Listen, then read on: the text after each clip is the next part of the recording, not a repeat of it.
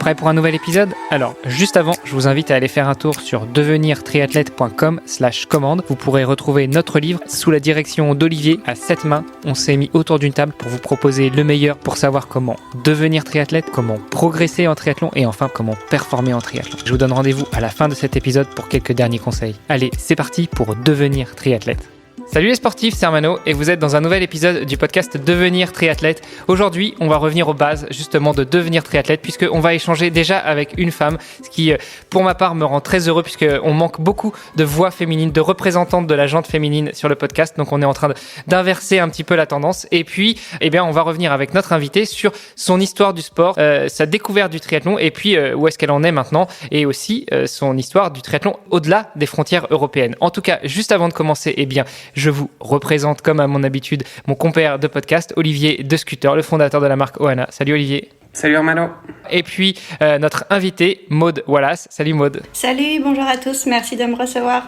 C'est un plaisir. Alors déjà, il faut rendre à César ce qui lui appartient. Donc on va faire un petit clin d'œil aux copains de la section triathlon ou plus généralement de l'unité sportive de la Société Générale puisque c'est par l'intermédiaire de l'ASG qu'on s'est connus. Et je suis très content de cette rencontre. Donc un petit coucou aux copines et aux copains de l'ASG. Maud, on t'a invité aujourd'hui justement, comme je le disais, pour parler de toi, de ton expérience du sport. Donc la première question qu'on pose à tous nos invités au début de ce podcast, c'est déjà Maud, qui es-tu ? Quel âge as-tu ? Que fais-tu dans la vie ? Et depuis combien de temps tu pratiques le triathlon ? Donc Maud, j'ai 40 ans, depuis presque un an, je vais sur mes 41 ans. Je travaille dans la finance, je travaille dans la banque, comme tu le disais, Armano, Société Générale. Donc bonjour à tous les ASG, effectivement. Je fais du sport du sport à haute dose, on va dire, depuis 2008 avec la course à pied. J'ai commencé la course à pied en 2008 et j'ai couru pendant très longtemps, jusqu'à 2019 à peu près. J'ai commencé doucement en faisant des 10 km, après je suis passée à des semis, des marathons et je me suis aussi mise un peu au trail. Donc j'ai continué la course à pied jusqu'en 2019 et en 2019, un peu avant, même 2018, j'ai eu plusieurs fractures de fatigue qui étaient dues à la pratique un peu trop intense de la course à pied. Je faisais des semaines à entre 100 et 160 km de course et mon corps a pas supporté, c'était un peu trop, donc blessure à répétition. Je me suis posé la question, qu'est-ce que je peux faire pour éviter ça ? Et ça faisait un moment que le triathlon me trottait dans la tête et je me suis dit, c'est l'occasion. Allons-y, lançons-nous. C'est un scénario qu'on a déjà entendu, ça quand même, Hermano. Je sais pas si ça te parle, mais les gens qui se sont blessés en course à pied, qui du coup se dirigent vers le triathlon, il y en a quand même pas mal, hein. Ouais, il y en a quand même pas mal. Et puis même nous, en tant que triathlètes, je pense que souvent on a tendance à l'autre balancer quand on se blesse en course à pied, à se rediriger vers la piscine ou vers le vélo, puisque c'est des sports qui sont portés et donc qui permettent d'éviter certaines tensions. Alors, très belle présentation, mais on a passé ta vie sportive beaucoup trop vite. Il faut qu'on revienne au début, là. Tu nous as dit que tu cours un peu plus intensivement depuis 2008, mais pour toi, quelle a été ta première rencontre avec le sport ? Ma première rencontre avec le sport, elle date de très très loin. J'ai fait beaucoup de danse classique quand j'étais plus jeune. J'ai dû faire à peu près 20 ans de danse classique. J'étais pas du tout attirée par les sports d'endurance à l'époque. Et je faisais aussi un peu de vélo, du VTT notamment, mais rien de pas de compétition, juste de la balade. Et puis 2018, je sais pas ce qui a déclenché ça. J'ai voulu me mettre un peu au sport. J'avais une vie assez sédentaire. Je faisais pas grand chose en fait. Et du coup, la course à pied, c'était super abordable, c'est facile, on met ses baskets, on sort dehors et puis voilà. Au début, c'était un peu difficile parce que, comme je disais, j'étais pas du tout dans les sports d'endurance. Donc, mine de rien, il faut apprendre à courir aussi. C'est quelque chose qui vient pas tout seul. Au début, c'est un peu difficile. Donc, j'ai commencé en courant 10, 15 minutes, 30 minutes, 1 heure, doucement, en m'arrêtant, en marchant un peu. Et puis, au fur et à mesure, ça vient. Voilà, et du coup, depuis, j'ai fait beaucoup de courses à pied. Comme je disais tout à l'heure, j'ai commencé doucement. J'ai fait mon premier 10 km, je crois, en 2019. J'ai fait 1 heure, donc j'étais super contente. Pour moi, c'était faire 10 km en 1 heure, c'était génial. Et puis après, j'ai progressé. En 2011, je suis arrivée chez Société Générale, justement, et je me suis inscrite à la session athlétique de Société Générale. Et j'ai intégré ce groupe de coureurs qui était très structuré. J'ai vraiment découvert la course à pied, les entraînements de course à pied, le fractionné, les côtes. Et là, j'ai plus progressé. Et du coup, j'ai pu faire des 10 kilomètres un peu plus rapides. Je crois que mon meilleur temps sur un 10 km, ça doit être 46 ou 48 minutes. Donc voilà, un programme structuré et la rencontre d'athlètes m'a beaucoup apporté aussi sur la course à pied. Alors c'est assez contradictoire ce que tu nous racontes, parce que tu nous dis que tu as commencé... Alors déjà, je pense que tu as fait des petites erreurs au niveau des dates. Tu as dit 2018 et 2019. Je pense que tu voulais dire 2008 et 2009 pour la course à pied et ton premier 10. Mais tu nous dis que tu as commencé progressivement la course à pied. Après, tu as eu l'occasion de faire des rencontres qui t'ont permis de progresser encore plus jusqu'au moment où tu courais vraiment trop et où tu as commencé à te blesser. Donc une approche assez saine, et malgré tout, tu en arrives à peut-être un petit peu au surentraînement. Qu'est-ce qui t'a amené jusqu'à ce surentraînement et jusqu'à ces blessures? En fait, la course à pied, c'est devenu un peu comme une drogue pour moi. J'avais besoin de ça pour évacuer le stress du travail, pour me retrouver avec moi-même, pour avoir ces moments où on oublie un peu tout et puis on est dans la nature ou même dans la ville, mais où on se retrouve quelque part un peu seul. Et du coup, voilà, c'est devenu vraiment... j'en avais besoin au moins une fois par jour, parfois 2 fois par jour. Et puis aussi, au fur et à mesure qu'on avance en course à pied, c'est sûrement pas la même chose pour tout le monde, mais on a envie de faire toujours un peu plus. Voilà, on passe de 10 km à semi-marathon, ensuite marathon, ensuite on pense très fort à partir sur de l'ultra-marathon. On essaye. Dans mon cas, voilà, j'ai fait trop, c'est sûr. C'était peut-être pas assez réfléchi, d'ailleurs, les entraînements que je faisais à l'époque où je courais vraiment beaucoup. Et alors justement, quand tu enchaînes ces facteurs de fatigue, à quel moment tu te dis, bon, là j'ai atteint un niveau où il faut vraiment que je fasse beaucoup plus attention, que je prenne plus soin de moi et éventuellement que je switch sur un autre sport qui sera beaucoup moins traumatisant? Les blessures à répétition, en fait, ce qui est super embêtant, c'est que ça va bien, on se blesse et après pendant 2-3 mois, il faut tout arrêter. Et du coup, psychologiquement, c'est difficile aussi. Je disais tout à l'heure que pour moi, la course à pied, c'était un peu comme une drogue. Si on m'enlève ça, moi, je suis invivable à la maison, j'ai pas le moral. Donc pour garder cet équilibre, en fait, j'avais besoin de trouver autre chose pour compenser et être bien avec moi-même. Ouais, c'est hyper important. Mais tu étais suivie, enfin je veux dire, t'avais un coach ou bien tu t'entraînais toute seule? Non, du coup, quand je me suis blessée, je m'entraînais toute seule. En fait, ça correspond au moment où je suis arrivée à New York. Je suis partie en expatriation à New York en 2017. Donc je suis arrivée là-bas, je connaissais personne, j'avais plus de structure comme j'avais justement en France avec l'Union athlétique de Société Générale. Et du coup, j'ai sûrement fait un peu trop aussi. Enfin, je me suis entraînée toute seule à ce moment-là. Et puis, je pense que c'est quand même un critère, enfin, c'est quelque chose aussi qui te pousse à t'entraîner davantage. C'est vrai que te retrouver toute seule dans une ville que tu connais pas, enfin, que tu connais, voilà, t'as pas grand chose à faire, entre guillemets, parce que t'as plus ton cercle d'amis et tout ça. Donc, en fait, ça te laisse d'autant plus de temps que pour aller courir et t'entraîner. Et puis après, je pense que culturellement aussi, c'est peut-être un peu différent. C'est un autre rythme. Bon, alors Paris, c'est déjà assez soutenu par rapport à d'autres villes. Mais je crois que New York, c'est encore pire, non? Enfin, c'est un rythme de travail aussi assez important. Et donc, au niveau des entraînements, enfin, je pense que c'est un peu la même chose, non? On se lève tôt, on va s'entraîner tôt, tu vois, on s'entraîne beaucoup, on bosse beaucoup. Enfin, c'est un peu ça, non? Ouais. Ouais, c'est ça. Avec en plus des amplitudes, enfin dans mon cas, des amplitudes horaires de travail qui étaient un peu plus courtes qu'en France. En France, on a tendance à finir très très tard le soir. Là-bas, c'était pas le cas. Je finissais plus tôt. Donc, j'avais pris l'habitude en France de m'entraîner le matin. Donc, j'allais m'entraîner le matin et le soir, je finissais tôt. Et du coup, comme j'étais aussi t'entraîner le soir. Voilà. Alors, j'ai fait aussi des choses. Je faisais aussi de l'indoor cycling. En plus de la course à pied, mais du coup, ouais, j'avais un volume d'entraînement très très important. Et d'autant plus qu'au début, moi, j'étais toute seule, mon mari était pas avec moi, j'avais que ça à faire, quoi.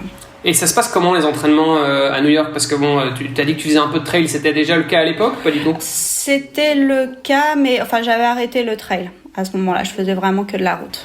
Ouais, donc. D'accord. Donc tu courais vraiment en ville, quoi. Enfin, à New York, j'imagine que. Enfin, tu vivais dans quel coin à New York? Alors, je vivais en plein Midtown, à côté de Times Square. Okay. Donc, en fait, j'étais à 2 pas de Central Park. Donc, t'étais tout le temps à Central Park, alors? Ouais. Et alors, il y a Central Park, mais New York, en fait, c'est une île, donc t'as tous les bords de Manhattan qui sont des pistes cyclables ou des chemins bitumés. Et du coup, c'est beaucoup plus large en termes de terrain d'entraînement, je dirais, qu'à Paris. Tu peux courir des kilomètres et des kilomètres sans avoir à rencontrer une rue, un feu rouge, sans avoir à t'arrêter. Donc c'est super agréable. Oui, parce que le tour de la Défense, c'est vite fait, quoi. Enfin, je connais, hein, j'ai vécu la Défense. Donc la dalle de la Défense à Paris, je la connais bien, et faire des tours de la dalle, bon, c'est sympa aussi, mais bon, c'est vrai que t'as quand même vite fait le tour, quoi. Là, j'habite à Paris, j'habite à côté des Buttes-Chaumont et il faut que je fasse 4 tours de Buttes-Chaumont pour faire un tour de Central Park, en fait. Ok. Donc, pour l'entraînement trail, les Buttes-Chaumont, c'est quand même pas si mal, mais par rapport au dénivelé, mais pas par rapport au terrain. Ouais. Exactement. Bon, désolé pour ceux qui connaissent pas trop le niveau géographique pour ces références, mais... Non, mais justement, ça va peut-être donner envie aux gens d'aller faire un tour sur Google Maps et autres. Voilà, exactement, on allait découvrir les Buttes-Chaumont ou Central Park. Voilà. Tout à fait. Bon, Central Park, je pense que maintenant, c'est un peu connu, notamment avec toutes les séries et tous les films. Donc, du coup, tu nous dis, t'arrives à New York, tu as un peu cette phase de bigorexie, c'est-à-dire d'être drogué au sport qui s'intensifie encore plus. Tu t'entraînes le matin, tu t'entraînes le soir.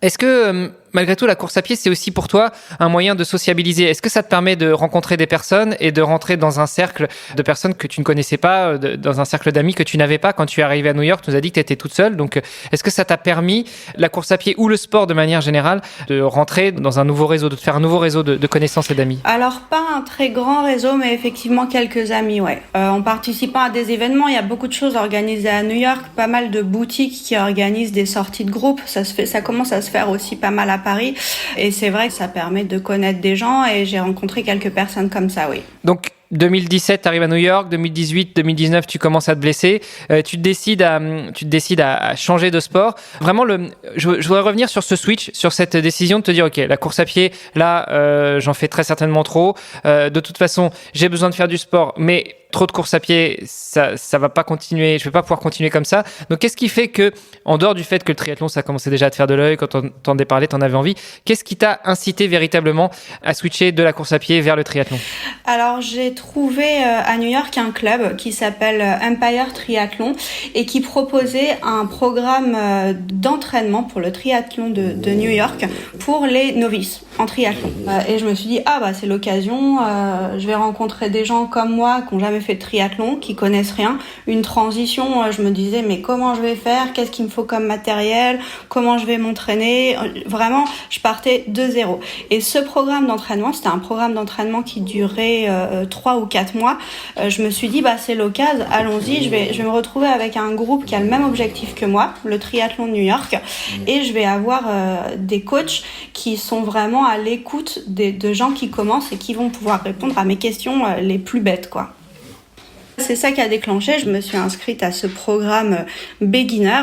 J'ai ramené mon vélo parce que j'avais déjà un vélo de route qui était à Paris. Donc un vélo avec des pédales, pas de clips. Et j'ai ramené le vélo et je suis allée à mon premier entraînement vélo à Central Park avec ce club pour commencer ma préparation au triathlon de New York. Alors tout à l'heure, on rigolait un peu en off. Je disais que les États-Unis, c'était le berceau du triathlon parce que tout triathlète qui se respecte connaît Hawaï et on sait que Hawaï fait partie, en tout cas administrativement, des États-Unis. Bon, on a écrit un article sur le blog où on rappelle que la base du triathlon, la source du triathlon, c'est peut-être pas effectivement les États-Unis. Il y avait déjà quelques réminiscences en Europe et notamment en France. Malgré tout, tu vas pouvoir nous revenir là-dessus avec nous, mais la culture du sport et en particulier la culture du triathlon aux États-Unis n'est pas du tout la même que la culture du sport et du triathlon en France. Alors, j'ai cette impression-là. Après, je suis rentrée en France il y a même pas un an. Et avec la pandémie, j'ai pas vraiment pu m'entraîner comme j'ai pu le faire à New York avec un groupe. Mais j'ai plutôt vu effectivement la différence sur les courses, sur les triathlons, où je comparerais l'ambiance des triathlons aux États-Unis, avec l'ambiance des trails en fait, avec une ambiance avec beaucoup moins de compétition, des gens qui sont beaucoup plus à l'écoute, qui n'hésitent pas à donner des conseils, qui vont pas juger sur les performances, le temps, et sur le matériel, la technique, mais qui vont vraiment accompagner en fait dans la pratique du sport. C'est ce que je ressens en tout cas sur les triathlons que j'ai pu faire en France comparé aux États-Unis. Il y a une ambiance, j'ai l'impression, beaucoup plus bon enfant aux États-Unis. Et alors cette ambiance plus bon enfant, est-ce qu'elle se ressent aussi bien sur les compétitions que dans les clubs? Alors tu dis, ça fait pas longtemps que tu es revenu en France, donc tu n'as peut-être pas eu l'occasion de pousser les portes d'un club en France, mais déjà, est-ce que la prise en charge, l'accompagnement dans les clubs, au-delà de ce programme Beginner qui est proposé par Empire Triathlon, a une approche beaucoup plus ouverte et beaucoup plus éducative, beaucoup plus didactique? J'ai l'impression. On avait des sessions de présentation des transitions, donc on s'entraînait à faire des transitions où on nous expliquait le matériel qu'il vous faut sur le triathlon, comment poser vos petites affaires sur votre zone de transition. Je sais pas s'il y a ça, s'il y a des espèces de cours comme ça en France dans les clubs, mais en tout cas j'ai trouvé ça génial et ça m'a permis un petit peu de démystifier la pratique du triathlon et de me dire c'est pas comme tu disais tout à l'heure, Hermano, c'est pas ouvert juste à des gens, des pros, c'est ouvert à tout le monde et tout le monde peut s'y mettre. On est tous capables de faire du triathlon. C'est hyper important ça. C'est vrai que moi aussi j'ai fait quelques clubs à Bruxelles, à Paris et puis aussi au Pérou. Et en fait c'est marrant parce que c'est au Pérou que j'ai eu la première fois un coach qui expliquait effectivement comment vous allez pouvoir gagner du temps en enlevant votre wetsuit, votre néoprène à la sortie de l'eau, comment vous devez faire quand on fait un départ sur la plage, voilà comment il faut faire pour bien s'imposer et prendre la place devant, etc. Et c'est des trucs qu'on voit que j'avais jamais vu dans les autres clubs. Alors bon, après ça dépend peut-être d'un club à l'autre aussi, mais c'est vrai que c'est hyper important en fait, parce que souvent on a tendance à débarquer dans un club de triathlon, ça peut être déjà un peu intimidant pour les gens qui débutent, parce que tu vois des machines de guerre qui explosent tout dans les 3 disciplines, et donc il peut vraiment y avoir un gap énorme entre le débutant qui a envie de commencer le triathlon mais qui s'y connaît pas trop, qui sait peut-être pas ce que c'est une transition, etc., et puis en même temps le reste, quoi. Donc effectivement je pense que cette approche elle est hyper importante, quoi. Ouais, et ce que tu dis, c'est vrai. Et typiquement pour la natation, c'est un point très important. Il y avait justement, ils proposaient aussi ils appelaient ça des open water clinics. Donc en fait, on allait sur la plage. C'est super pratique aussi, ça à New York, c'est qu'on a la plage à portée de main. Plutôt en été du coup, parce que en hiver, on a la plage à portée de main, mais c'est plus en wetsuit qu'il faut y aller justement. Plutôt en été, effectivement. Et du coup, on s'entraînait à faire des mass start. Donc c'était des petits groupes. On n'était pas non plus, c'était pas comme une vraie course, mais voilà, on était tous sur la plage et coup de sifflet, c'est le moment, faut y aller. Et ça, mine de rien, c'est super important, parce que j'arrive pas à imaginer de me dire, mon premier triathlon, je serais arrivée, j'aurais jamais essayé de courir vers l'eau comme ça avec plein de gens autour de moi. Ça aurait été une source de stress énorme pour le premier triathlon. Il y a un côté très anxiogène, les départs en groupe comme ça, et c'est vrai, moi je me souviens effectivement de mon premier départ au petit triathlon d'Aubernais, où on était quand même quelques centaines, et effectivement ça se bouscule, et je suis sorti de l'eau, j'avais le nez en sang, quoi. Et donc c'est clair que j'aurais eu un peu de ne fût-ce qu'une petite simulation, un truc avec quelques gars du club ou quoi. Je pense que ça joue énormément, quoi. Et même préparer psychologiquement, savoir que en fait il y a des gars qui vont te nager par au-dessus, tu vas te prendre des pieds dans la figure, tu vas avoir des gars qui vont arriver sur le côté limite en perpendiculaire, parce que voilà. Et donc c'est hyper important. Et puis après t'as tout le reste aussi, c'est comment faire pour regarder la bouée qui se trouve à 200 mètres, parce qu'en fait tu suis pas forcément les bons gars. Parfois le mec devant toi il est pas du tout sur la bonne trace non plus. En fait toi tu suis des pieds, mais les pieds ils vont pas dans la bonne direction, donc c'est le genre de truc, effectivement t'apprends un peu sur le terrain, mais ça pourrait être bien d'avoir plus ce côté-là en club et dans des cours peut-être un peu plus structurés, quoi. Ouais. Et du coup, de la même manière, tu vois, la natation, alors pour autant la course à pied c'était mon truc, le vélo, je me débrouille pas trop mal, autant la natation, comme beaucoup de triathlètes, je crois, beaucoup de triathlètes en tout cas qui arrivent sur le triathlon via la course à pied, la natation c'est un peu souvent notre point faible. Tu sais, pour les cyclistes c'est pareil, je te rassure. C'est même pire peut-être. Et du coup, le programme d'entraînement proposait aussi des cours de natation spécifiques triathlètes. Donc voilà, justement, savoir nager en regardant, en te dirigeant par rapport aux bouées, tu peux t'entraîner en piscine. Mais ça, si personne t'a dit, tu l'imagines pas, tu sais pas. Et du coup, c'est vrai que ça a beaucoup aidé également de faire des cours de natation spécifiques triathlon. Ouais, et puis tu vois pas le fond aussi. Enfin, tu nages en eau libre, c'est rare que tu vois le fond. Et même si tu vois le fond, c'est pas des petits carreaux, quoi. Tu sais pas si tu vas droit ou pas. Donc c'est tout bête, hein, mais. Puis des fois, tu préférais pas le voir, le fond. Donc, tu as ces cours d'initiation à ce que peut être le triathlon en piscine. Est-ce que ça se passe aussi de la même manière en vélo ? Est-ce que ça se passe aussi de la même manière en course à pied ? Même si, on l'aura bien compris, la course à pied, c'était ton truc.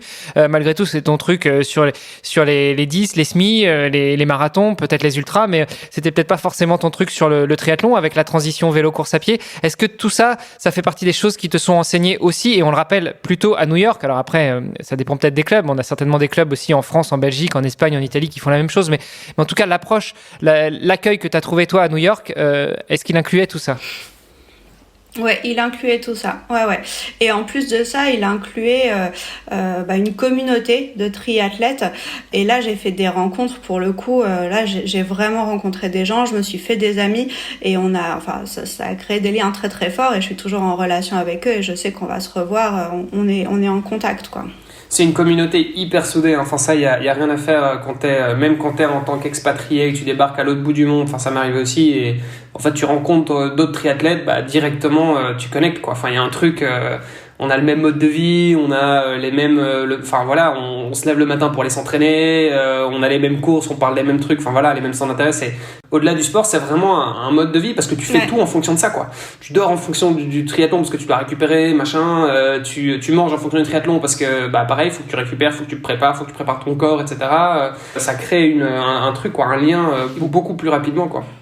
Alors du coup, t'es à New York, tu débutes le triathlon. Comment se passent tes premières courses ? Alors la pandémie passera aussi un peu par là, donc ça va peut-être complexifier un peu les choses, mais comment se passent tes premières courses ? Vers quelle course tu t'orientes ? Et puis comment c'est quand on est aux États-Unis, quand on est à Paris, on se dit tiens, je vais aller faire le triathlon d'Aix. Bon, ok, il y a 800 bornes. Quand tu es à New York, si tu veux aller faire le triathlon de Saint-Georges, c'est peut-être un petit peu plus loin. Comment on organise tout ça ? Du coup, encore une fois, le club a beaucoup aidé. Le premier triathlon que j'ai fait, c'était un petit triathlon dans le New Jersey où le club nous a dit écoutez, avant le triathlon New York qui est un olympique, on vous propose de vous entraîner sur ce triathlon qui avait un format un petit peu bizarre que j'ai jamais revu. Je crois que c'était 750 mètres ou peut-être 1 kilomètre de natation. Il devait y avoir 40 kilomètres de vélo pour le coup, mais il y avait que 8 kilomètres de course à pied. Du coup, natation en mass start dans un lac, petite organisation d'une petite ville. Je sais pas, on devait être peut-être 300 participants, donc c'était vraiment un petit triathlon. Et là, c'était facile, en voiture de New York, pas de problème pour y aller. Donc super première expérience puisque du coup comme c'était une course club, il y avait tous les gens qui se préparaient comme moi qui étaient dans mon programme plus les gens du club. Super ambiance. En fait sur les 300 partants, il y en avait 250 du club. Non, quand même pas, mais du coup super ambiance familiale plus les amis du club donc c'était vraiment très très bien et cette première expérience, je m'en rappellerai toujours parce que c'était génial, c'était une super sensation, pas de moment de panique dans la natation alors que c'était la première fois que je participais, que je faisais de la natation en compétition. Donc super souvenir. Et alors pour couronner le tout, j'ai appris après que j'étais arrivée 3e dans ma catégorie. Donc premier triathlon, j'ai fait un podium, mais en fait, j'ai même pas pensé à aller voir les résultats à la fin du triathlon parce que pour moi c'était mon premier, c'était complètement inconcevable que je fasse un podium et je l'ai appris après, voilà. Comme entrée en matière, c'est pas trop mal. Est-ce que du coup tu réitères l'expérience sur le triathlon de New York ou là pour le coup il y en avait quelques autres devant toi sur le podium ? Alors malheureusement, j'ai pas eu de chance avec le triathlon New York parce que j'ai jamais pu le faire. L'année où je devais le faire, donc j'étais super entraînée, très très confiante. 2 jours avant le triathlon, pendant qu'on faisait la reconnaissance de la course avec le club justement, on reçoit tous un message, triathlon New York annulé pour cause d'une vague de chaleur. Donc ils ont carrément annulé la course parce qu'il faisait beaucoup trop chaud. C'était le deuxième week-end de juillet, je crois, et ils attendaient des chaleurs pas possibles. Et ils n'ont pas voulu prendre le risque pour les participants au triathlon et pour tous les bénévoles de maintenir la course. Donc grosse déception parce que c'était un peu le but de ma saison, c'était de faire ce triathlon de New York. Donc je me suis rabattue sur autre chose, une autre course que le club proposait. Je savais qu'il y aurait des gens du club. C'est le Half Ironman d'Atlantic City. Ah ouais, donc toi t'es comme ça. Et ça, je crois que c'est un peu l'approche américaine, c'est-à-dire tu te prépares au triathlon. T'en as même qui commencent le triathlon sur distance Ironman. Ouais. Donc toi, tu fais un premier tri sur une distance un peu patate entre le sprint et le distance olympique, et puis direct ton premier vrai triathlon, c'est un half. Bah voilà, il y avait pas d'autres olympiques dans la région. J'avais pas envie de prendre l'avion, de m'embêter trop avec l'organisation. J'étais bien entraînée. J'avais encore entre le supposé triathlon New York et puis le half, j'avais encore à peu près 1 mois et demi, 2 mois d'entraînement. Donc j'avais le temps de monter en charge et de m'inscrire pour ce triathlon-là. Donc pendant ce temps-là, j'ai fait quand même des triathlons des S. Parce qu'il y en a pas mal dans la région New York organisés.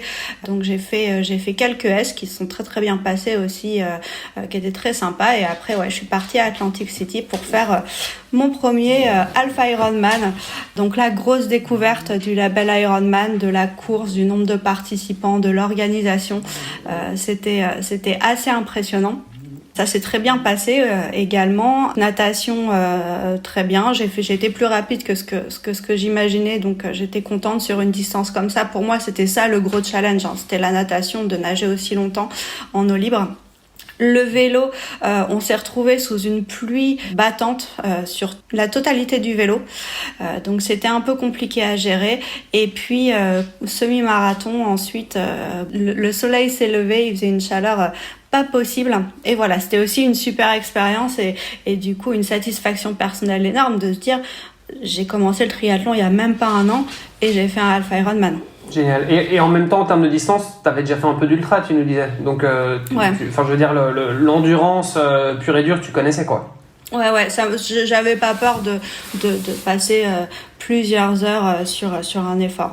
Et ça, c'est quand même important aussi, hein, parce que c'est vrai que souvent, en fait, ce qui fait peur, au-delà de l'enchaînement des 3 sports, c'est de se dire, je vais passer 6 heures, 8 heures, 10 heures, 12 heures, 15 heures, tu vois, pendant ma course, quoi. Et donc, c'est souvent ça le frein pour beaucoup de gens, quoi.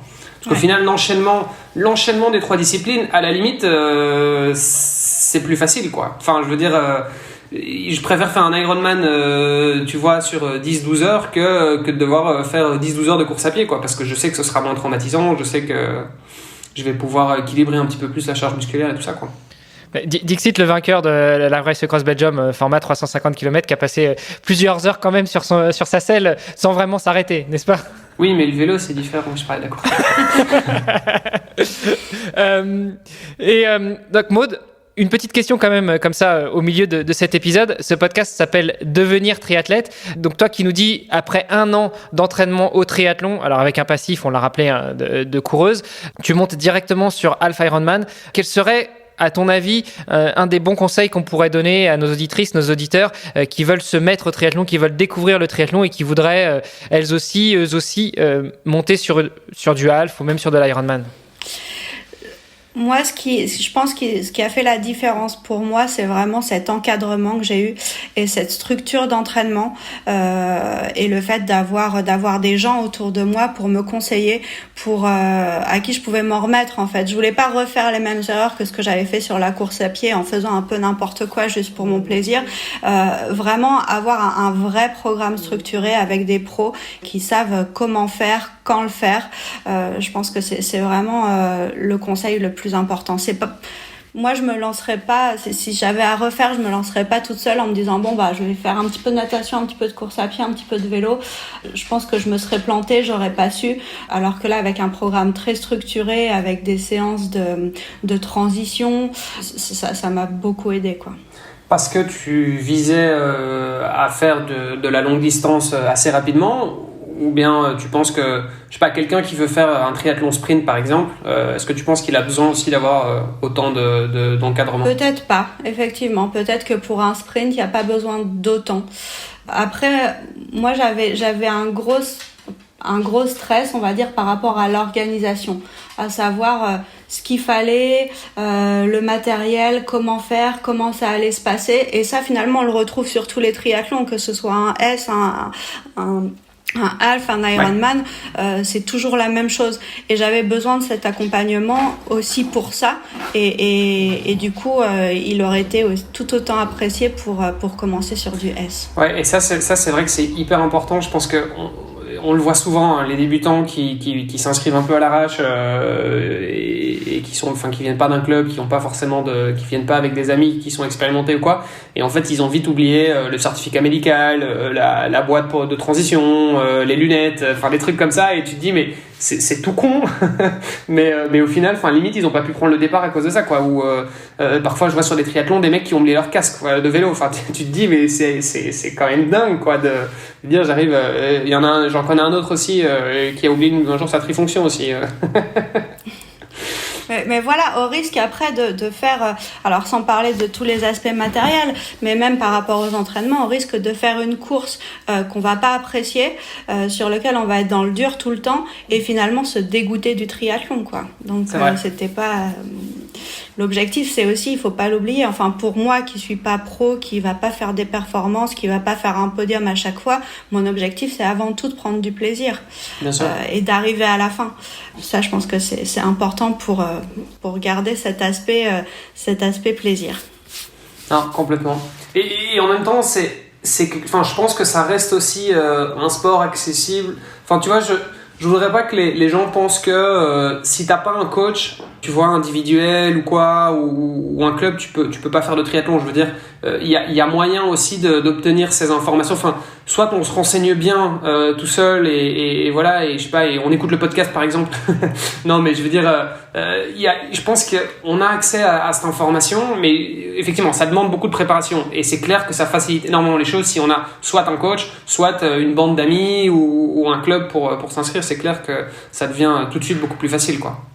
Et depuis ton Ironman, ton semi-Ironman, qu'est-ce que t'as fait depuis? C'était quand ça? C'était quelle date? C'était du coup en 2019, en septembre 2019. Ah oui, d'accord, donc c'est assez récent. Ouais. Septembre 2019. Ensuite, j'ai enchaîné sur le marathon de New York. Et puis, je me suis inscrite sur un Ironman, forcément parce que je me suis dit, quitte à avoir fait un half, allons-y, hein, j'ai la structure d'entraînement. C'était l'étape suivante obligée. Donc, je me suis donné un an pour faire un Ironman. Je me suis inscrite donc à Lake Placid pour l'Ironman de 2020 de Lake Placid. J'ai choisi cette destination parce que c'était pas très très loin de New York, c'est super joli, et puis c'est aussi un Ironman un peu mythique aux États-Unis parce que je crois que c'est le premier Ironman des États-Unis qui a eu lieu à Lake Placid, une ville dans laquelle il y a eu les Jeux Olympiques. Donc c'est vraiment une ville très très orientée sport, et du coup j'avais envie pour mon premier Ironman de faire ça dans ce genre d'endroit. Premier Ironman aux États-Unis sur le continent, quoi. Je veux dire après Hawaï, quoi. T'aurais pu choisir de faire ton premier Ironman à Hawaï, effectivement. Il faut se qualifier pour ça quand même. Hein. Faut se qualifier, je crois pas que j'aurais pu. Faut se qualifier, je sais pas, il y a quand même des places qui sont ouvertes pour les résidents américains, non? Ouais, il y a des tirages au sort, mais je sais pas si c'est encore le cas d'ailleurs, faudrait qu'on vérifie. Mais... Donc premier Ironman à Lake Placid, comment ça se passe? Ça se passe que pandémie. donc en fait, bien évidemment, on savait pas au moment où le Covid a commencé que tout serait annulé, hein. Donc moi j'étais dans une optique d'entraînement. Je me suis entraînée pour faire mon Ironman en juillet 2020. Et puis le Covid est arrivé, donc plus d'accès aux piscines. J'ai continué à m'entraîner, hein, sans la natation, mais à courir et puis à faire beaucoup de vélo. Et puis je me suis préparée pour faire Lake Placid en juillet 2020. Bien évidemment, ça a été annulé. Ça a été d'abord repoussé une première fois, donc de juillet, c'est passé en septembre. En août, on nous a dit en septembre, c'est foutu. On vous propose une autre compétition. Vous avez le choix entre 2 ou 3 compétitions. Donc, je me suis inscrite à Chattanooga pour faire l'Ironman. C'est un full Chattanooga ? Ouais, il y a un full. Ouais. Ok. Mais il y a aussi un semi, non, dessus ? Il y a un semi, je crois, ouais. Et du coup, j'étais inscrite pour septembre, je crois. Et septembre, ça a été annulé également. Donc en fait, j'ai fait une saison d'entraînement à me préparer sur des Ironman pendant un an avec des Ironman. Comme la grande majorité d'entre nous. Voilà, c'est ça. Et puis après, il était temps de rentrer en France. Mon contrat d'expat se terminait, donc voilà. Donc t'as fait combien de temps à New York alors ? J'ai fait 4 ans, 2017 à 2000, un peu moins de 4 ans en fait, 2017 à 2020. Donc je suis rentrée en France, j'ai négocié dur avec Ironman pour pouvoir changer mon inscription qui était repassée sur Lake Placid du coup 2021 et j'ai pu changer pour Vichy 2021 donc pour avoir un Ironman en France. Et alors comment s'est passé cet Ironman où, encore une fois, petit clin d'œil à toutes les copines et tous les copains de l'UASG, je sais que vous étiez nombreux à y être, il y avait une belle représentation de la Société Générale là-bas. Comment s'est passé ce premier Ironman ? Alors c'était difficile, forcément c'est difficile un Ironman, je pense que même pour le meilleur des meilleurs c'est toujours difficile. La natation, il m'est arrivé un truc qui m'était jamais arrivé, en fait j'ai paniqué. Quand j'ai sauté dans l'eau, c'était la première fois où vraiment je sautais dans l'eau pour commencer tout de suite à nager, c'était pas un mass start et il faisait nuit noire, l'eau de Vichy était noire.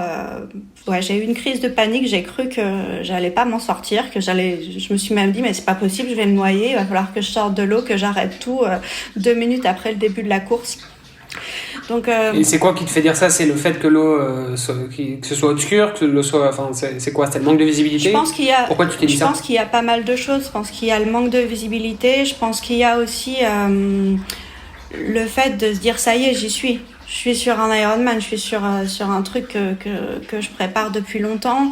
Le stress, je pense que c'est un tout en fait. Mais tu t'es vraiment dit je vais me noyer, enfin c'était vraiment une vraie crise de panique ou bien t'étais juste pas très à l'aise et tu dis bon c'est pas grave, on continue quoi ? Ah non, c'était une vraie crise de panique quoi. J'ai dû m'arrêter, regarder autour de moi, prendre sur moi, me calmer, respirer. J'ai nagé un peu la brasse, tête hors de l'eau, enfin vraiment pour reprendre mon souffle et puis pour repartir. Donc petit à petit, je pense que ça a pas duré très longtemps, même si pour moi j'ai l'impression que ça a duré une éternité. Mais voilà, j'ai commencé à nager la brasse hors de l'eau. Après j'ai mis un peu la tête dans l'eau. J'ai repris mon souffle et après je suis partie en crawl et j'ai plus pensé à rien et c'était parti et c'était bon quoi. Et j'ai fait mes 4 km sans plus y penser. Donc voilà, début un peu compliqué. Je suis sortie de l'eau, je suis montée sur mon vélo. J'ai eu très mal au ventre. J'ai toujours du mal à analyser ce qui s'est passé et j'ai eu mal au ventre sur... Ça en général quand on a mal au ventre sur le vélo c'est parce qu'on a bu la tasse. Ouais mais bon j'ai pas trop bu la tasse, j'ai peut-être bu trop d'eau ou trop d'air, je sais pas. Et du coup j'ai eu mal au ventre sur tout le vélo jusqu'à la moitié de la course à pied. Donc c'était un peu compliqué à gérer. À chaque fois que j'avalais et que je mangeais quelque chose, j'avais très très mal au ventre. Mais bon globalement le vélo ça s'est bien passé. C'était un peu compliqué, il y avait 3 boucles avec 2 boucles identiques avec des bonnes petites côtes quand même hein. L'Auvergne, faut pas croire, ça monte bien. C'était génial. Sur la première boucle, je me suis fait pas mal doubler. Sur la deuxième boucle, j'ai commencé à doubler pas mal de monde, donc ça m'a aussi redonné un peu confiance. Et puis c'est super beau. C'était très agréable. Donc vélo, à part ces petits problèmes gastriques, c'était top. Et la course à pied, je savais que ça allait être dur, mais ouais, ça a été vraiment difficile. Les 30 sur 30 km, j'ai un peu souffert. J'ai essayé de garder un rythme régulier, de pas trop m'arrêter. Je m'arrêtais juste pour marcher au moment des ravitaillements pour prendre mon temps, bien m'hydrater et manger un petit peu. Et puis au 30e kilomètre, j'ai eu une espèce... Alors, on dit souvent sur le marathon, 30e kilomètre, c'est le mur. Là, mon 30e kilomètre, j'ai eu un second souffle. Et j'ai fait mes 10 derniers kilomètres super à l'aise et j'ai passé la ligne d'arrivée plutôt en forme. Le premier passage de cette ligne d'arrivée sur Ironman, c'est quelque chose, quoi. C'est difficile à décrire. Ouais, c'est une réalisation personnelle énorme. C'est la fin de beaucoup d'entraînement, de beaucoup de discipline et c'est vraiment génial. Oui, c'est pas la fin des 8, 9, 10, 11, 12 heures d'effort, c'est la fin des mois d'entraînement, quoi. C'est beaucoup plus c'est symbolique, quoi. Et puis en intégrant une année de Covid. Ouais, voire 2 ans d'entraînement. Ouais. Cette ligne d'arrivée, tu la rêves, tu l'imagines tellement de fois et t'imagines pas que ça va être aussi fort en fait de la franchir. Et tu disais que t'as pas eu le mur des 30 km, mais au contraire, t'as eu un coup de boost. Enfin, à froid, après réflexion, c'était dû à quoi ça, tu crois? C'est l'état de flow ou c'est autre chose? Qu'est-ce qui a fait que tu t'es dit psychologiquement, ça y est, j'y suis presque, il n'y a plus que 10 bornes, un doute? Ce qui d'habitude est plutôt le contraire, hein, c'est que tu regardes ta montre, tu fais ah merde, encore 10 bornes. Non, je pense que c'est de se dire, là sur Vichy, c'était 4 boucles, la course à pied, 4 boucles de 10 km. Et en fait, quand tu arrives sur les 10 derniers kilomètres, tu dis ah, c'est la dernière fois que je passe là. Ah, ça y est, la prochaine fois que je passe au niveau de la ligne d'arrivée, je vais pas bifurquer pour faire une autre boucle. Je vais vraiment passer la ligne d'arrivée. J'avais aussi mon mari qui était sur la course et du coup que j'ai vu assez régulièrement sur la course puisqu'il pouvait me voir étant donné que c'était 4 boucles. Il me disait que j'avais tous mes amis qui m'envoyaient des messages, qui me soutenaient, qui étaient là, qui suivaient ma course. Donc je pense que c'est un tout en fait. C'est effectivement de se dire bon c'est la fin, il reste plus que ça. 10 km, c'est quoi? C'est ce que tu fais pour faire ton footing les matins, c'est rien. Donc voilà, ça m'a donné un coup d'énergie tout ça et j'ai terminé en forme. Bon, et tu termines pas si mal. Alors il y avait pas énormément de femmes à Vichy, mais tu termines quand même au pied du top 10. Donc non seulement tu as fini, mais en plus tu peux être fière de ta course. Ouais, je suis très très contente de la course et c'était une super belle expérience de premier Ironman. Alors pour quelqu'un qui a l'habitude de courir, qui court beaucoup, qui a fait déjà plusieurs ultras, je voyais ton temps sur le marathon justement, pas loin de 5 heures. Est-ce que t'as pas quand même un petit peu souffert ou un petit peu regretté d'avoir pas eu un peu plus de jus sur la partie course à pied? Ouais, un petit peu. Ouais, et clairement, je pense que le fait de s'être entraîné en période justement de Covid, j'ai mis de côté un peu tout le fractionné, la piste, ça a joué en ma défaveur et c'est vrai que j'étais un peu frustrée parce que je sais que je peux faire mieux sur marathon. Certes, je sais que je peux pas faire aussi bien sur marathon sur un marathon dans l'Ironman, mais j'étais un peu déçue de faire près de 5 heures, ouais. Pour arriver doucement vers la fin de ce podcast, moi j'avais quand même une question. On a vu avec toi comment devenir triathlète, puisque c'est le cas, hein, tu avais plutôt un passé de coureuse. Et je voudrais terminer sur comment devenir triathlète quand on est une femme.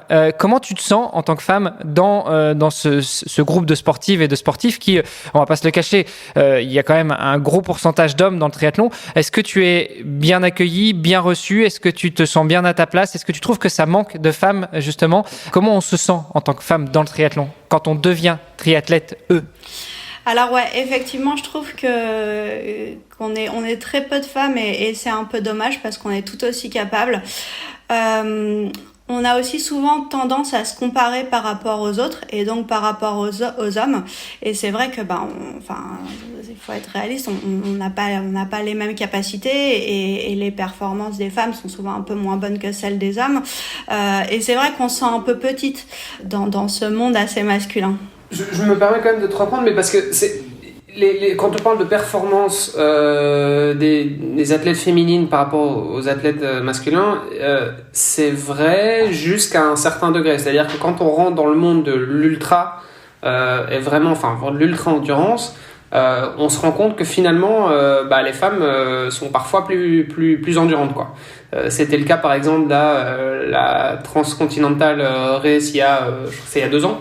On a vu une cycliste, une Allemande qui a gagné une course de 4000 bornes, quoi. Donc en fait c'est vrai, mais jusqu'à un certain niveau, quoi. Et parce que c'est justement une question, il y a un vrai débat aujourd'hui sur le sujet, c'est est-ce que quand on part sur vraiment de l'ultra, et donc dans des épreuves où il y a vraiment il faut vraiment se dépasser quoi mentalement. On est vraiment dans de la souffrance, pas de la souffrance je sais pas, d'un marathon ou de quelques heures, mais vraiment la souffrance de endurer pendant plusieurs jours. Et ben à ce niveau-là, il semblerait justement que les femmes parfois soient plus fortes quoi. Je sais pas si c'est quelque chose que tu as déjà remarqué vu que tu as fait un peu d'ultra aussi, Maud. Ouais, c'est vrai que j'ai l'impression que alors je sais pas si c'est la résistance physique ou la persévérance et la résistance mentale, mais c'est vrai que je crois qu'on a cette capacité à pas abandonner et à aller au-delà de soi-même. Il faut se dire qu'on est capable en tout cas et qu'on peut y arriver aussi. Et il y a autre chose que je voulais dire aussi à ce sujet-là, c'est que alors certes on n'était pas beaucoup de femmes là sur Vichy, mais je trouve que il y avait vraiment une bonne ambiance entre nous. Au début de la course, moi je me suis retrouvée avec 3 autres nanas, c'était toutes les 4, c'était notre premier Ironman. C'était vraiment on s'est rassurés, il y avait pas de discussion. Ah ouais, et toi tu comptes faire combien, ah et t'as déjà fait des perfs, des podiums. Il y avait pas tous ces discours là, il y avait pas de compétition entre nous, mais plutôt du soutien à se dire on en est capable, on va y arriver, on s'est entraîné pour et c'est notre journée et rien pourra nous empêcher de passer la ligne d'arrivée. Et j'ai beaucoup aimé en fait et j'ai retrouvé un petit peu justement cette ambiance des États-Unis avec les discussions que j'ai pu avoir avec les filles qui étaient sur la course avec moi. Et ça, c'est vraiment un truc qu'on retrouve un peu partout. Enfin, les mecs, ils vont arriver dans le parc à vélo, ça va être ah ouais, et toi, du coup, t'es en sub 10 ou sub 9. Enfin, tu vois, c'est tout de suite, tu vois, ouais, non, mais moi aujourd'hui, je suis un peu fatigué, tu vois, donc déjà en train de se justifier que. Enfin, c'est vraiment le truc, l'ego masculin, quoi. Alors que justement, les nanas sont beaucoup plus solidaires. Beaucoup plus dans l'entraide, dans voilà, je sais pas, l'empathie, etc. Donc bon, c'est un truc qu'on retrouve un peu systématiquement quoi. Et même et en plus de ça, plus forte mentalement. Ouais, et sur la partie vélo justement, à chaque fois que j'étais doublée ou que je doublais des filles, systématiquement on s'encourageait quoi. Et on échangeait 2-3 mots pour dire ça va, ça se passe bien. Et ça c'est quelque chose, c'est des échanges que j'ai pas eu avec beaucoup de mecs sur la course, mais beaucoup avec des nanas. Donc j'ai trouvé ça super sympa. Donc les filles venez, il faut vraiment pas avoir peur du triathlon. Et je pense que ouais, on a notre place aussi sur les triathlons, du S à l'ultra quoi. Complètement, non, complètement. Et c'est pas un sport plus de mecs ou de nanas. Enfin, je veux dire, c'est le triathlon. Aujourd'hui, je crois qu'on est à peu près à un tiers, 2 tiers. En termes de participants, femmes, hommes, et effectivement, on devrait arriver à 50% parce que il y a pas de raison quoi. Il y a pas de raison que ce soit un sport de mec. Mais c'est ce qui est bien dans le triathlon, c'est que finalement que tu sois un homme ou une femme, tu es un ou une triathlète. T'es pas un joueur ou une joueuse, t'es pas un footballeur ou une footballeuse, t'es triathlète. Donc c'est déjà un mot sans genre et ça c'est pas mal. Donc ça serait bien qu'on arrive à monter effectivement à 50-50. Ouais, je suis complètement d'accord avec ça. Il manque des filles sur les courses. Bon, pour les auditrices, vous savez ce qu'il vous reste à faire. Et pour les mecs qui nous écoutent, sachez que ça peut vous simplifier pas mal la vie si vous parvenez à convaincre madame de vous accompagner dans le triathlon, parce que c'est vrai qu'au niveau de la vie de tous les jours, la logistique, tout ça, si vous pouvez faire du triathlon en couple, je pense que c'est un truc qui va faciliter pas mal de choses. Et alors justement, par rapport à ça, par rapport à la vie de famille, tu nous disais que ton mari t'avait pas suivi tout de suite à New York, qu'il te soutenait sur les bords du triathlon de Vichy, ton premier Ironman. Comment ça se passe à la maison? Est-ce que lui aussi est sportif ou pas du tout? Et s'il l'est, est-ce qu'il comprend, est-ce qu'il partage ton besoin de faire du sport? Et puis peut-être pour terminer là-dessus, est-ce que tu es toujours bigorexique, donc drogué au sport, ou est-ce que le triathlon t'a sevré? Alors pour répondre à la première question, mon mari est pas du tout sportif. En revanche, c'est mon premier supporter et il est vraiment hyper compréhensif avec ma manière de vivre, avec les heures que je passe sur mon vélo, les heures que je passe à m'entraîner. Du coup, j'ai beaucoup de chance d'avoir un mari qui comprend ma passion et qui ne dit jamais non, là j'aimerais bien passer un peu plus de temps avec toi quand même, je t'ai pas beaucoup vu ce week-end. Il comprend ça, il comprend que j'en ai besoin et du coup je suis très très libre de faire ce que je veux et il m'accompagne. C'est aussi un plaisir pour lui d'aller voir un peu de pays pour les courses et de se balader un petit peu tout en me soutenant. Ça, c'est un mari exemplaire pour une athlète comme toi. Ah ouais, c'est vraiment le mari parfait. Et pour répondre à la deuxième question, je suis toujours accro au sport. Je suis plus à l'écoute de moi-même. Si j'ai une petite douleur ou que je sens que je suis fatiguée, je vais lever le pied, contrairement à avant. Et puis maintenant, j'ai la chance d'avoir 3 sports. Si je sens que j'ai pas courir, ça va être un peu juste, je me fais une petite séance de vélo tranquille ou je vais à la piscine. Et du coup, ça permet d'assouvir ma soif d'activité en mixant un peu toutes les disciplines. Super. Comme ça, c'est peut-être un message d'espoir qu'on peut envoyer à nos auditrices et nos auditeurs pour terminer cet épisode. Effectivement, si vous vous sentez aussi un peu drogué au sport, n'oubliez pas que le triathlon, c'est 3 sports et ça permet de l'eau de balancer et parfois de faire du bien aussi à son corps. Pour terminer, Maud, j'ai 2 petites questions. La première, les prochains objectifs du coup. Tu es toujours un petit peu drogué, un petit peu accro au sport. Du coup, qu'est-ce que tu te fixes comme prochain objectif ? Le triathlon m'a fait découvrir aussi que j'adorais le vélo et que j'étais pas mauvaise en vélo. Donc le prochain objectif et les prochains objectifs, ce sera plus en vélo. La semaine prochaine, je pars sur le Gravelman Verdun-Paris, sur la version route. Donc j'ai déjà fait 3 éditions de Gravelman et là je vais faire ma 4e. Donc c'est 350 km pour relier Verdun à Paris en autonomie. Tous les gravelman que je les ai fait avec une pause de la nuit. Et là, mon objectif pour le prochain, c'est de faire d'une traite les 350 km. Donc de partir mercredi prochain de Verdun et puis d'essayer d'enchaîner ces 350 bornes. Et les 2 objectifs à un peu plus long terme, c'est de retourner aux États-Unis pour faire un triathlon auquel j'étais inscrit qui s'appelle Escape from Alcatraz à San Francisco. Ah, génial. Donc en juin prochain. Et ensuite, j'ai un autre Ironman qui est prévu en juillet avec pour le coup le club l'UASG et je vais faire Vitoria. Tu auras certainement l'occasion de croiser Olivier qui va essayer pour la 3e fois d'y prendre le départ. J'y serai. Super. Ouais, effectivement, on se verra à Vitoria et si jamais tu veux venir découvrir les contrées belges, sache que on co-organise la Gravel Cup qui est aussi une série de courses gravel tout au long de l'année de 60 à 300 km. Donc voilà, tu es la bienvenue. Avec plaisir, d'autant plus que j'ai investi dans un vélo gravel. Donc, dans les prochains objectifs aussi, il y a me mettre un peu au gravel et découvrir un peu le sentier. Écoute, on t'attend pied ferme et puis si pas, dans tous les cas, on se verra à Vitoria alors. Ça marche, avec plaisir. Je sens que ça fleure d'où l'épisode spécial à Vitoria pour tendre le micro à beaucoup d'anciens athlètes, anciens invités qu'on a eu sur le podcast et puis savoir aussi un petit peu après votre Ironman ce qu'il en aura été. Maud, enfin pour finir, si on veut continuer l'échange avec toi, si on veut rentrer en contact, si on veut te suivre un petit peu, suivre tes performances, suivre ton addiction au sport et essayer de te faire lever le pied un petit peu, où est-ce qu'on peut te retrouver sur les réseaux ? Alors sur Instagram, j'ai un profil qui s'appelle Eutristory pour on reste dans le thème, c'était le nom de mon profil, c'était pour raconter comment devenir triathlète. Donc Eutristory pour une histoire de triathlète. Vous pouvez me retrouver là et puis m'envoyer des petits MP et je répondrai avec plaisir à toutes vos questions pour commencer le triathlon. Super, merci beaucoup Maud. Merci à vous. Merci à toi encore une fois et puis effectivement on se voit en juillet prochain à Vitoria. Génial, merci Maud pour ton temps en tout cas. Super, merci Maud. Merci d'avoir écouté cet épisode jusqu'au bout. N'oubliez pas de rejoindre notre groupe Facebook pour discuter avec les invités, commenter et poser vos questions. Et Olivier et moi, nous vous répondrons dans un prochain épisode. À la semaine prochaine. Salut les sportifs.